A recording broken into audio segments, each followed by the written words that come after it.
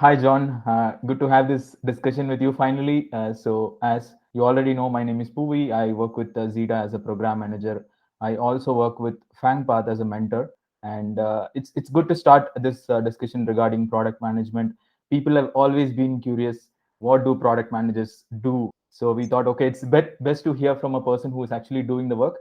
So let's get this started. Why don't you just give us a quick introduction about yourself? Sounds good. Thanks for having me on. All right. So I'm John. I'm a senior product manager at Asurion. We do device insurance for consumer electronics, and I'm the product manager on our photo storage application.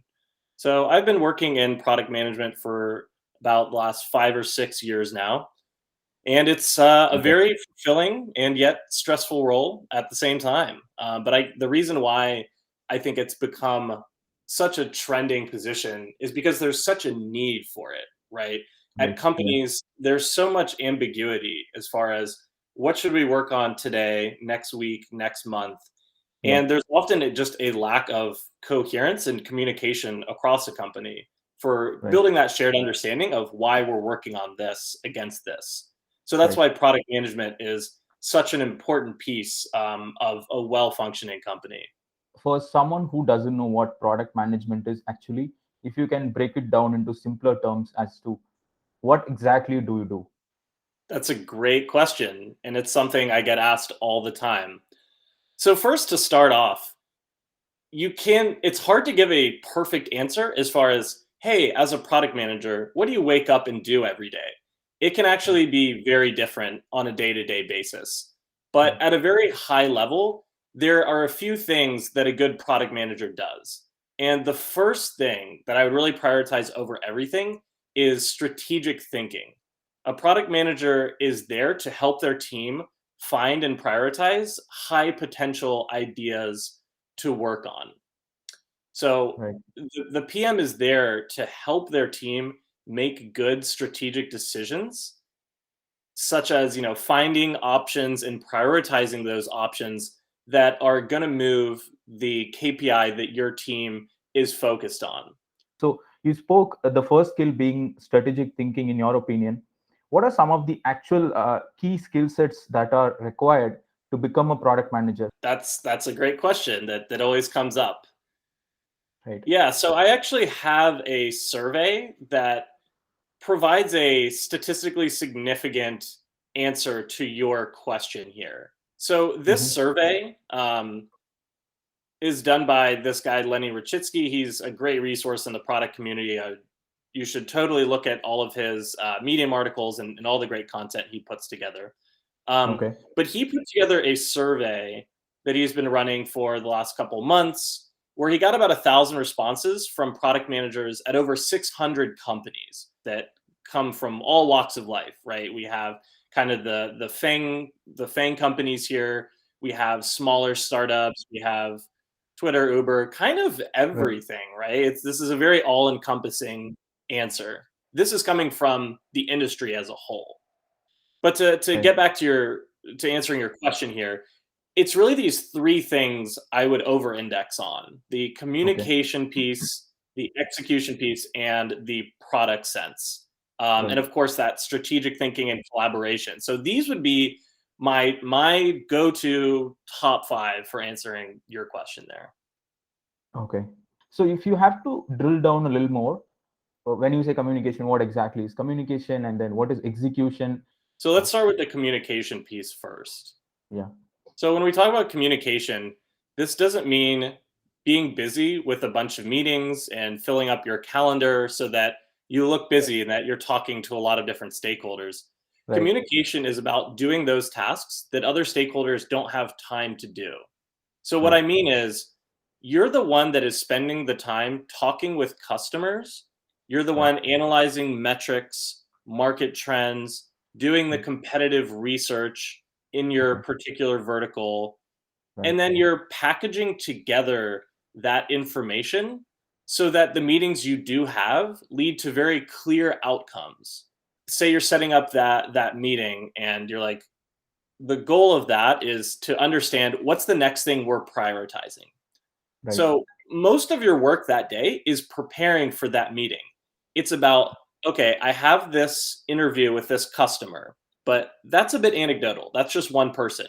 How can I take some metrics? Let's say I pull some dashboard from Mixpanel, and how can Right. I package those metrics together with the customer interview and with there could be some pre-existing market research that's done. So it's packaging together this qualitative example from the customer and the Mhm. quantitative metrics and putting it all together in a way that your team will really understand, oh, I understand why we're working on this. I understand why this is an important problem. So being able to synthesize all of these pieces of information in one place and doing Right. it to get a clear outcome as far as prioritizing the next thing that will have the most impact. That's what we talk about when we say communication is such an important skill. So when we speak of product sense and execution, how important are they, and what do you mean when you mean product sense? Cool. So let's start with product sense. So at a high level, product sense is just the ability to understand what makes a product great. It's the ability to hone in on the important problems that your product solves and coming up with ideas to make it better. So when we say product sense, it almost sounds like this thing that you're either born with or you're not.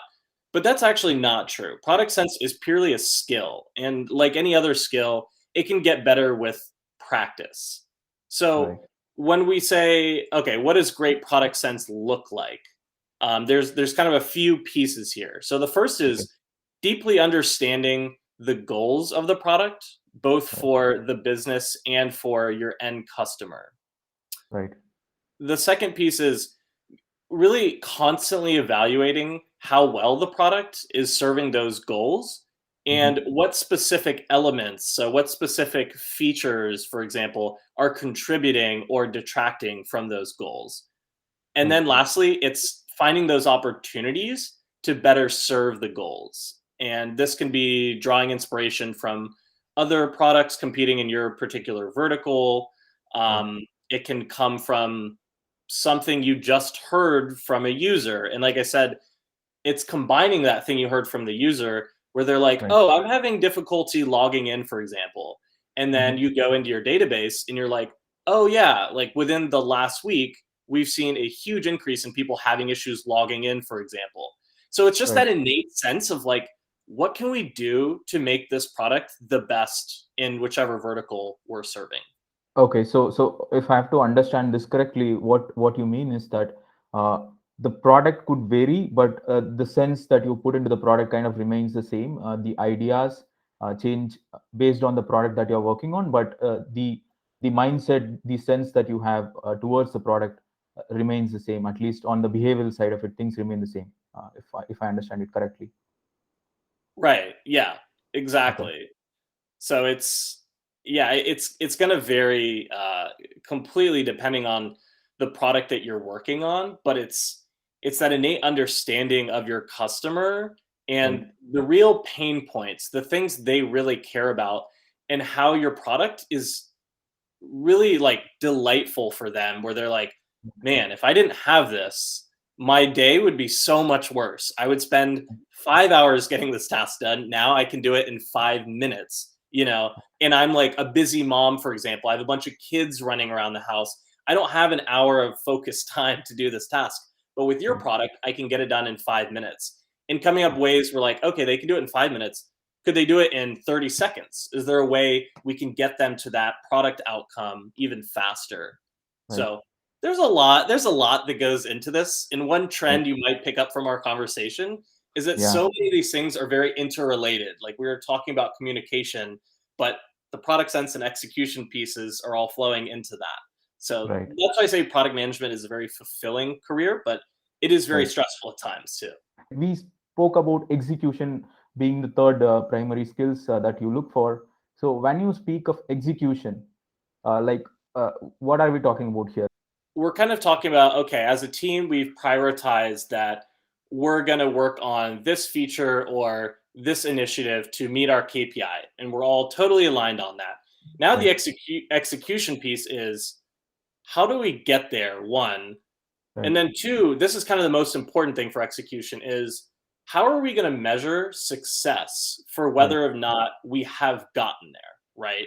As a PM, you've set that success fail criteria where it's very clear that on day 7, you're like, oh yes, it moved this experiment level KPI, which then is going to move our team-wide KPI. So Okay. really creating that shared language of how you're measuring things, and more importantly, why that particular metric is the best way to measure whether or not an experiment was successful. To really summarize, when it comes to execution, it's really being able to be fluent with experiments and be able Mhm. to use metrics in a way that are very meaningful for your team. Sounds great. So, I mean, you kept mentioning about KPI, KPI, KPI. So, if you have to break it to the audience, what is a KPI? Yeah, so KPI is your key performance indicator. The KPI just tells one story of are things going well or not.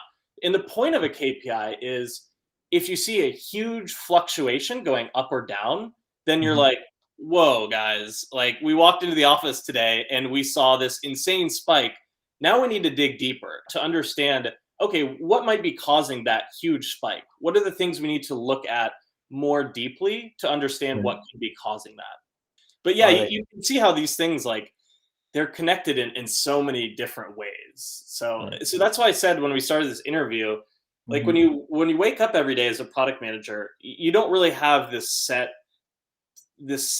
list of tasks every day, right? Like some Right. days you're really indexing heavily on the metrics. Some days Mhm. you're just sometimes I'll spend an entire week just Right. hanging out with users. And if you Right. notice this problem of you're like, I feel like we're losing sight of like who we're developing this for, then you need to like spend all week. If that's what the problem you're trying to solve, spend all week. Just like Right. get with your users wherever they are. Like if they're Right. on Twitter, Instagram, Clubhouse, if Right. you're like working on an app that like serves like something like at like a coffee shop or something, if your customers are like people that love coffee, go hang out with Right. them. Just spend all Right. week as much time bother them. Like Right. most Okay. people So, really they yeah. want to have their perspective. People really want to explain their perspective. So if you push and try to like communicate with your users as much as possible, some will say no, but there's a lot that will be like they'll tell you a lot about why they love coffee, and that will be like Mm. really useful for you. I know that was Right. like a weird example. I think that was a beautiful example in daily life, not in just tech world, but in general. That's how things work in life, in real life, right? So that was a beautiful example, I believe.